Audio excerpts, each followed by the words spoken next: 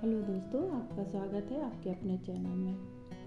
यूँ तो हम हिंदू हर पूजा पाठ को बड़े ही श्रद्धा और भाव से हर पूजा पाठ करते हैं और हिंदू धर्म में आस्था रखने वाले लोग हर त्यौहार, व्रत, पूजा पाठ को बड़े ही उत्साह और हर्षोल्लास से मनाते हैं। ईश्वर को प्रसन्न करने के लिए मन में सच्ची भक्ति होना चाहिए। फिर भी हमारा मन कई बार पूजा पाठ के सही या गलत विधि विधानों में उलझ जाता है। ऐसे में आपकी उलझनों को कुछ हद तक दूर कर सकते हैं ये सुझाव। भूलकर भी ना चढ़ाएं ये चीज़ें। विष्णु भगवान को चावल, गणेश जी को तुलसी, देवी माँ को दूर्वा और सूर्य देव को बिल्व पत्र कभी नहीं चढ़ाना चाहिए। इससे प्रसन्न होंगे भगवान। शिव जी को बेलपत्र, विष्णु भगवान को तुलसी, गणेश जी को हरी दूर्वा, सूर्य देव को लाल कनेर के फूल और माँ दुर्गा को लौंग व लाल फूल बेहद प्रिय हैं, ये चढ़ाएं। पूजा में कहाँ क्या रखें? पूजा में दीपक सही जगह पर रखना चाहिए। घी का दीपक हमेशा दाईं तरफ और तेल का दीपक हमेशा बाईं तरफ रखना चाहिए। जलपात्र, घंटा, धूपदानी जैसी चीज़ें हमेशा बाईं तरफ रखनी चाहिए। इस तरह करें तिलक। भगवान को स्नान कराने के बाद चंदन का टीका करते हैं। इस दौरान ध्यान में रखें कि देवी देवताओं को हमेशा अनामिका उंगली से यानी हाथ की तीसरी उंगली से तिलक लगाएं। यही शुभ होता है।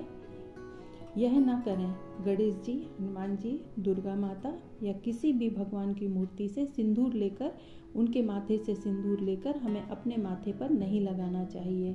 हाँ, उनके चरणों का सिंदूर लगाकर अपने माथे पर लगा सकते हैं। उनके चरणों में सिंदूर लगाएं आप और उसके बाद आप अपने माथे पर लगा सकते हैं। इस तरह जलाएं धूप दीप।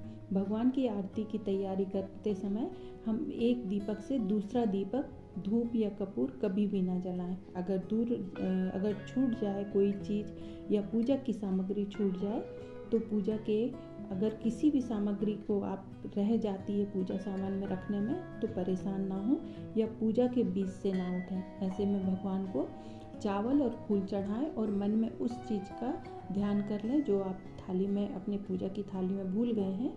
मानसिक रूप से उन्हें वो चीज़ अर्पित करें। प्रसाद में इसका प्रयोग ना करें। भगवान को भोग लगाने में तेल या मिर्च का प्रयोग नहीं करना चाहिए। भगवान के भोजन यानी भोग में घी या रिफाइंड का प्रयोग किया जाना चाहिए। कटु और तीखी चीज़ें राजसी भोजन में माना जाता है, जबकि भगवान को सात्विक भोजन देने का विधान है, इसलिए इनके प्रयोग से बचना चाहिए। प्रसाद में ये जरूर रखें, भगवान को जो भी वस्तु भोग लगाएं सभी पर एक तुलसी का पत्ता रख देना चाहिए। भगवान विष्णु और उनके अवतार जो भी देवता हैं उनके लिए यह खास विधान है। भगवान बिना तुलसी के प्रसाद ग्रहण नहीं करते हैं। प्रसाद तुरंत ना हटाएं। भगवान को भोग लगाने के बाद या प्रसाद अर्पित करने के बाद तुरंत भोजन सामने से नहीं हटाना चाहिए, बल्कि कुछ समय सभी लोगों को भगवान के सामने से हट जाना चाहिए। इसके बाद प्रसाद को श्रद्धा पूर्वक भगवान को प्रणाम करके वहाँ से हटाएं। इन्हें तुलसी नहीं दूर्वा दें। भगवान शिव की पूजा करते समय उन्हें निर्मित दिए गए नवेद में यानी भोग में तुलसी का प्रयोग नहीं करना चाहिए। शिव जी के प्रसाद में बेलपत्र रखना चाहिए, यह उत्तम होता है। और हमारे बप्पा यानी गणेश जी का तुलसी से बैर है, इसलिए उन्हें भी तुलसी नहीं रखी जाती। उनके प्रसाद में दूर्वा रखना अति उत्तम माना जाता है और यही विधान है।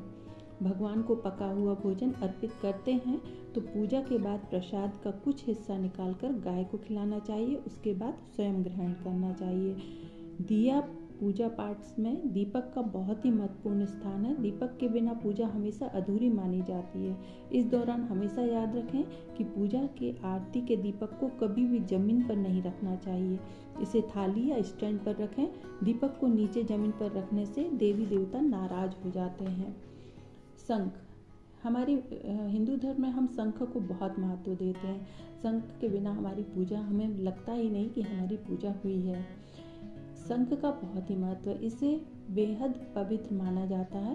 पूजा पाठ, पर्व आदि में शंख बजाना बेहद शुभ माना जाता है। घर में शंख की पूजा करने या शंख बजाने से माँ लक्ष्मी प्रसन्न होती हैं और हमेशा हमारे घर में वास करती हैं। शंखनाद से हमारे घर के अंदर सकारात्मकता आती है, लेकिन कभी भी शंख को जमीन में ना रखें।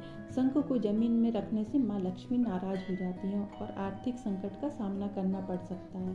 शंख माँ लक्ष्मी के भाई भी हैं। सोने के गहनों